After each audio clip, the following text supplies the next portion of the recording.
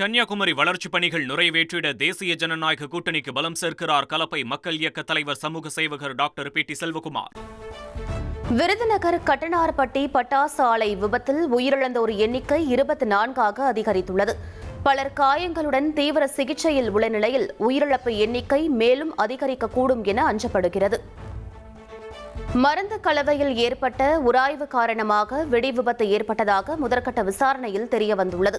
வெடி விபத்தில் 4 அறைகள் தரைமட்டமான நிலையில் உயரதிகாரிகள் விசாரணை மேற்கொண்டு வருகின்றனர். விருதுநகர் கட்டனார்பட்டி பட்டாசு ஆலையில் மீண்டும் வெடி விபத்து ஏற்பட்டதால் பரபரப்பு நிலவியது. இடிபாடுகளில் சிக்கியவர்களை மீட்கும் போது வெடி விபத்து ஏற்பட்ட நிலையில் மீட்பு பணியில் ஈடுபட்டிருந்தவர்கள் காயமடைந்தனர்.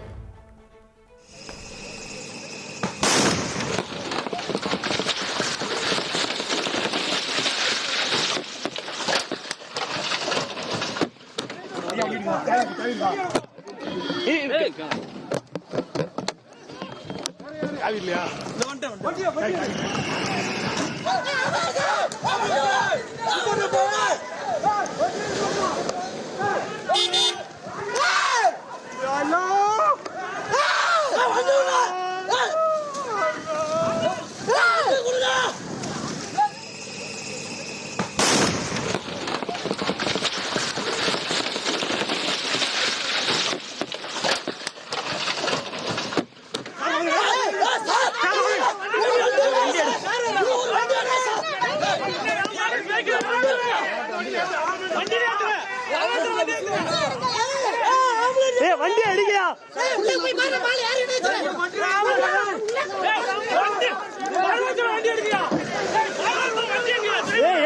வண்டியா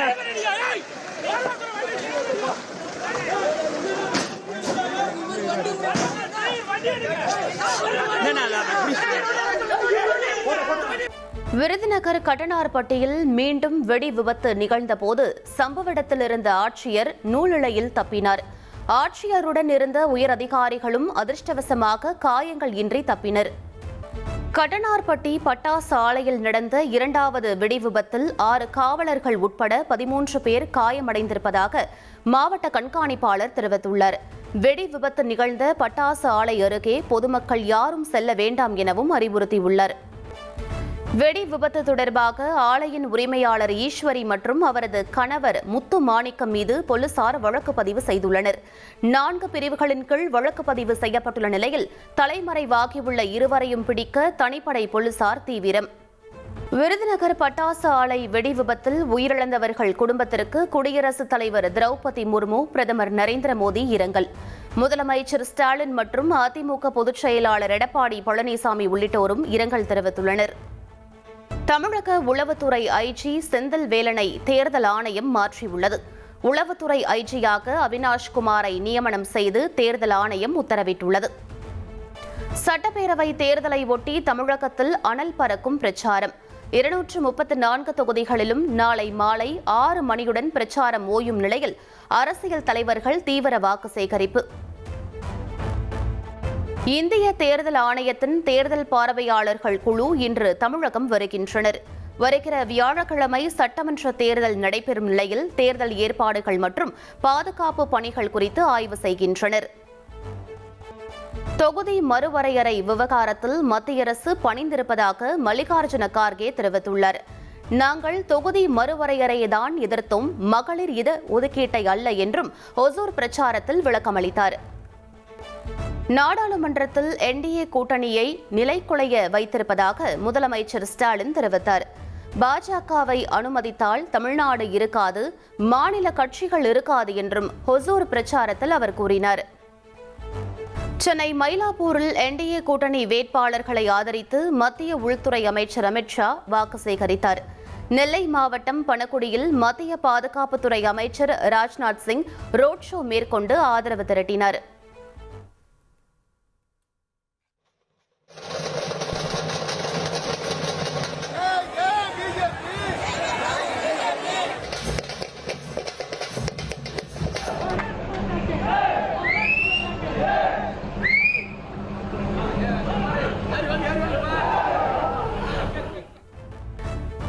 மாவட்டம் இந்த தேர்தலில் அதிமுகவின் கோட்டை என்று எடப்பாடி பழனிசாமி தெரிவித்துள்ளார். இந்த தேர்தலில் கரூரை எந்த கொம்பனாலும் வெல்ல முடியாது என்றும் அவர் கூறியுள்ளார். திருச்சியில் தேர்தல் பிரச்சாரத்திற்கு நடுவே அந்தோணியார் ஆலயத்தில் முழங்காலிட்டு நடந்து சென்று விஜய் பிரார்த்தனை செய்தார். அதேபோல் அம்மன் கோவில் மற்றும் மசூதியிலும் அவர் வழிபாடு நடத்தினார்.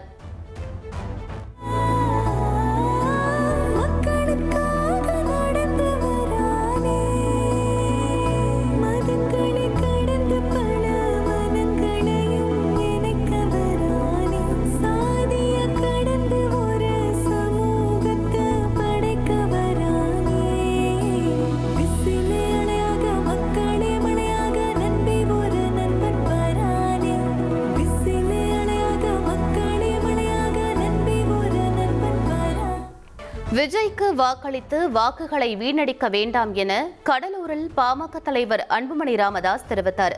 தாவேகாவால் தனியாக வெல்ல முடியாது, விஜய் ஆதரவாளர்கள் தங்களுக்கு வாக்களிக்க வேண்டும் என்றும் அவர் கேட்டுக்கொண்டார். இலவசம்தான் வேண்டும் என்றால் எங்களுக்கு ஓட்டு போட வேண்டாம் என்று சீமான் தெரிவித்துள்ளார். காரைக்குடி கண்ணங்குடியில் நடைபெற்ற பிரச்சாரத்தில் பேசிய அவர் விவசாய வேலையை அரசாங்க வேலையாக மாற்றுவேன் என்றும் கூறினார். தமிழ்நாட்டில் தந்தி டிவி நடத்தியுள்ள பிரம்மாண்ட கருத்து கணிப்பு 4வது கட்டமாக 45 தொகுதிகளின் முடிவு வெளியானது. முழு விவரங்களை தெரிந்து கொள்ள திரையில் தெரியும் QR கோடை ஸ்கேன் செய்து தந்தி டிவி யூடியூப் பக்கத்தில் பார்க்கலாம். 234 தொகுதிகளில் தந்தி டிவி நடத்திய பிரம்மாண்ட கருத்து கணிப்பு முடிவுகள். 5வது கட்டமாக பல்வேறு தொகுதிகளின் முடிவுகள் இன்று இரவு 7 மணிக்கு மக்கள் யார் பக்கம் நிகழ்ச்சியில் ஒளிபரப்பாகிறது. தமிழகத்தில் நேற்று 11 இடங்களில் வெயில் சதமடித்தது. அதிகபட்சமாக வேலூரில் 105 ஃபாரன்ஹீட் வெப்பநிலையும் ஈரோட்டில் 104 டிகிரி ஃபாரன்ஹீட்டும் பதிவானது. நடிகர் விஜய் மற்றும் சங்கீதா விவாகரத்து வழக்கு செங்கல்பட்டு குடும்பநல நீதிமன்றத்தில் இன்று விசாரணைக்கு வருகிறது. விசாரணைக்காக விஜய் நீதிமன்றத்தில் ஆஜராக வாய்ப்பு இருப்பதாகவும் கூறப்படுகிறது. மகளிர் இடஒதுக்கீடு மசோதாவை தோற்கடித்து மேற்கு வங்க பெண்களுக்கு திரிணாமுல் காங்கிரஸ் கட்சி துரோகம் இழைத்துவிட்டதாக பிரதமர் நரேந்திர மோடி தெரிவித்துள்ளார். மேற்கு வங்க மாநிலம் பாங்குரா பொதுக்கூட்டத்தில் பேசிய அவர் எதிர்க்கட்சிகளின் சதியால் மசோதா தோல்வியடைந்ததாக தெரிவித்தார். பிரதமர் மோடி மக்களை திசை திருப்புவதாக மேற்கு வங்க முதலமைச்சர் மமதா பானர்ஜி குற்றம் சாட்டியுள்ளார். மகளிர் இடஒதுக்கீட்டை நாங்கள் எதிர்க்கவில்லை என்றும் அதிக பெண் எம்பிக்களை கொண்ட கட்சி திரிணாமுல் காங்கிரஸ் என்றும் அவர் விளக்கமளித்துள்ளார். 2025-26 நிதியாண்டில் பழைய இரும்பு மற்றும் உபயோகமற்ற பொருட்களை விற்பனை செய்ததன் மூலம் ரயில்வே துறை 6813 கோடி வருவாய் ஈட்டியுள்ளது. ரயில்வேயின் டிக்கெட் அல்லாத வருவாய் கடந்த 5 ஆண்டுகளில் 290 கோடியிலிருந்து 777 கோடிக்கும் மேலாக உயர்ந்திருப்பதாக தெரிவிக்கப்பட்டுள்ளது. மகாராஷ்டிராவில் உள்ள TCS நிறுவனத்தில் பெண் ஊழியர்கள் கட்டாய மதமாற்றம் மற்றும் பாலியல் துன்புறுத்தலுக்கு உள்ளான சம்பவம். பாதிக்கப்பட்ட பெண்களை அலுவலகம் சமூக வலைதளங்களில் பின்தொடர்ந்து குற்றம் சாட்டப்பட்ட நபர்கள் மிரட்டியது போலீசார் விசாரணையில் தெரியவந்துள்ளது. அமெரிக்காவுடனான 2ஆம் கட்ட அமைதி பேச்சுவார்த்தையில் பங்கேற்கப் போவதில்லை என்று ஈரான் திட்டவட்டமாக அறிவித்துள்ளது. சாத்தியமற்ற கோரிக்கைகளை முன்வைத்த அமெரிக்கா போர் நிறுத்த ஒப்பந்தத்தை மீறிவிட்டதாகவும் ஈரான் குற்றம் சாட்டியுள்ளது.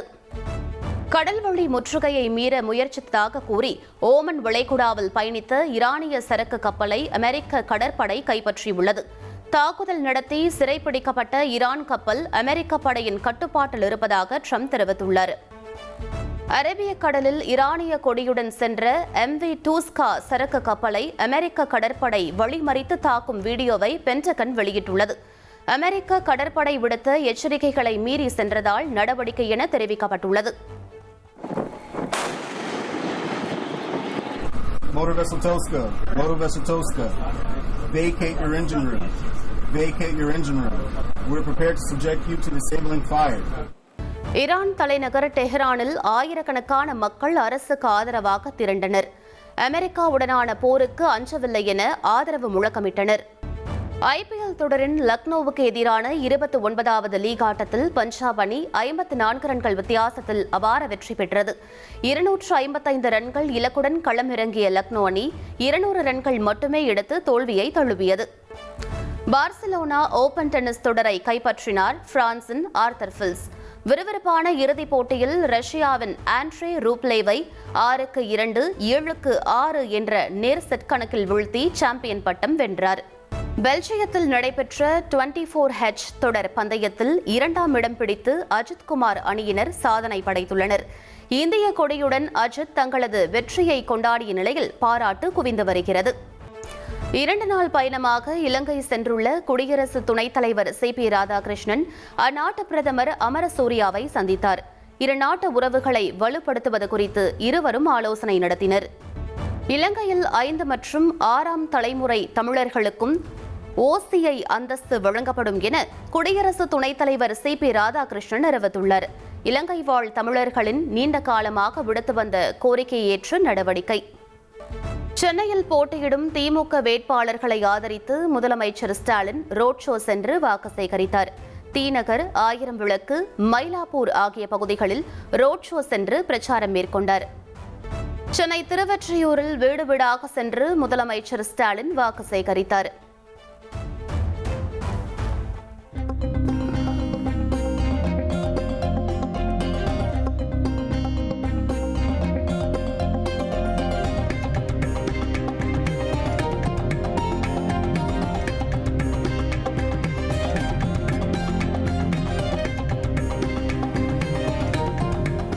சென்னை மாவட்டத்திற்கான திமுக தேர்தல் அறிக்கையை முதலமைச்சர் MK ஸ்டாலின் வெளியிட்டார்.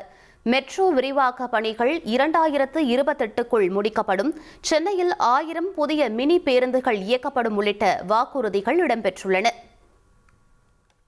தமிழ்நாட்டில் திமுக கூட்டணி வென்றால்தான் பிரதமர் மோடியின் ஆணவம் அடங்கும் என மல்லிகார்ஜுன கார்கே காட்டமாக தெரிவித்துள்ளார். மக்களவை எதிர்க்கட்சித் தலைவர் ராகுல் காந்தி மற்றும் முதலமைச்சர் ஸ்டாலின் பின்னால் இந்தியா நிற்பதாகவும் அவர் கூறினார். கன்னியாகுமரி, நெல்லை, தூத்துக்குடி மாவட்டங்களில் ராகுல் காந்தி இன்று பிரச்சாரம் மேற்கொள்கிறார். குளச்சல் தொகுதியில் காலை 11 மணிக்கு பிரச்சாரத்தை தொடங்கும் அவர் நாங்குநேரியில் நடைபெறும் பொதுக்கூட்டத்தில் பங்கேற்கிறார். ஈரோட்டில் பிரச்சாரம் மேற்கொண்ட EPS திமுக ஆட்சியின் சாதனைகளை சொல்ல தயாரா என சவால் விடுத்துள்ளார். முன்னாள் முதலமைச்சர் ஜெயலலிதாவின் மறைவுக்கு பிறகும் சிறப்பான ஆட்சியை வழங்கியதாகவும் பெருமிதம் தெரிவித்துள்ளார். செந்தில் பாலாஜி தொகுதி மாற காரணம் முதலமைச்சர் ஸ்டாலினின் அசைன்மெண்ட் என கமல்ஹாசன் கூறியுள்ளார். செந்தில் பாலாஜியை ஆதரித்து பிரச்சாரம் மேற்கொண்ட அவர் திமுகவின் கோட்டையாக கோவை மாறும் என்றும் நம்பிக்கை தெரிவித்தார். கன்னியாகுமரி வளர்ச்சிப் பணிகள் நிறைவேற்றிட தேசிய ஜனநாயக கூட்டணிக்கு பலம் சேர்க்கிறார் கலப்பை மக்கள் இயக்க தலைவர் சமூக சேவகர் டாக்டர் PT செல்வகுமார்.